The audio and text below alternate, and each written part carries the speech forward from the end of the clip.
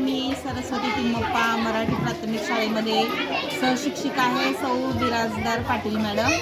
तर या ठिकाणी आम्ही आमची सहल निसर्ग हॉटेल आहे या ठिकाणी कुडल संगम इथं मुलांना आम्ही घेऊन आलेलो आहोत। तर मला या ठिकाणी असं एक वेगळा अनुभव मिळाला। आपण सहलीला बऱ्याच ठिकाणी जातो, पण इथलं जे काही निसर्गरम्य वातावरण, नदीचा परिसर किंवा मंदिराचा असा सुंदर असा ऐतिहासिक जो काही परिसर आहे असा लाभलेला आहे। आपण कसं करतो की ज्या काही शहरामध्ये सहली नेतो, मुलांना जो काही आपला ग्रामीण सांस्कृतिक वारसा आहे तो आता लोप पावत चाललेला आहे।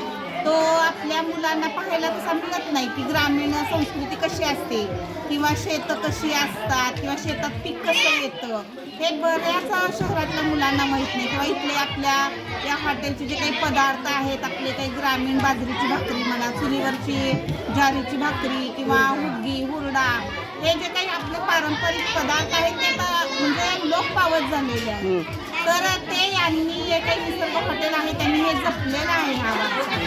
आणि त्यामुळे आमच्या या मुलांना ट्रिपच्या तिथं पदार्थांची खूप सुंदर अशी ओळख झाली, चव चाखायला मिळाली। मला इथली चव तर काय म्हणजे शब्दात मी वर्णनच करू शकणार नाही। खूपच सुंदर आहे इथलं परिसर, इथलं निसर्गरम्य वातावरण, पुन्हा बोटिंग करताना मुलांना जो काही आलेला आनंद तो वेगळाच होता।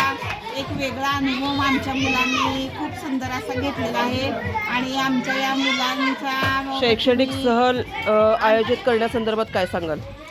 शैक्षणिक सहल तर आपली इथं झालीच, विथ एक भौगोलिक काही वेगळेपण आहे की दोन नद्यांचा किंवा संगम जो आहे, ऐतिहासिक वारसा पण या ठिकाणाला असा समृद्ध असा लाभलेला आहे की मुलांना जसं काही सिंधू संस्कृतीच्या काठाला जसं काही संस्कृती होती त्या पद्धतीने हे जे काही उत्खननात मिळालेलं मंदिर आहे ते मुलांना आमच्या कसं सुंदर असं पाहायला मिळालं। नदी पाहायला भेटलेली आहे, ती नदीचा संगम मुलांनी पाहिला आणि त्याच्या आजूबाजूचं निसर्गरम्य जे काही इथल्या म्हणजे भौगोलिक परिस्थितीला जो काही सुंदर असा वारसा लाभलेला आहे त्याची ओळख देखील या सहलीच्या माध्यमातून आम्ही आमच्या मुलांना म्हणजे आध्यात्मिक वारसाबरोबरच शैक्षणिक सहल आणि निसर्गरम्य हॉटेल, निसर्गाप्रमाणेच इथलं हॉटेलमधलं चव देखील चांगली आहे। मुलांना खेळण्यासाठी पण आता आपली सुविधा केलेली आहे निसर्गरम्य हॉटेल, त्यामुळे मुलं मनसोक्त खेळत आहेत, आनंद लुटत आहेत निसर्गरम्य वातावरण। सोलापुरातल्या नागरिकांना काय सांगू इच्छिता, काय आवाहन करू इच्छिता?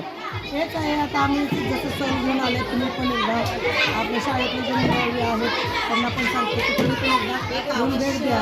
या ठिकाणी अवश्य एकदा येऊन आपली भेट द्यावी आणि आपल्या मुलांना आपण शहराचं तर दाखवतच पिझ्झा बर्गर किंवा जे काही झू म्हणा किंवा तिथले प्राणी संग्रहालय, पण ग्रामीण खाद्य संस्कृती काय आहे याची इथं चव चाकायला मिळते, त्याची ओळख आणि त्याचबरोबर आपली भौगोलिक जी काही आपला ऐतिहासिक परंपरा आहे त्याची सुद्धा आपल्याला या ठिकाणी आपल्याला ओळख होणार आहे त्यामुळे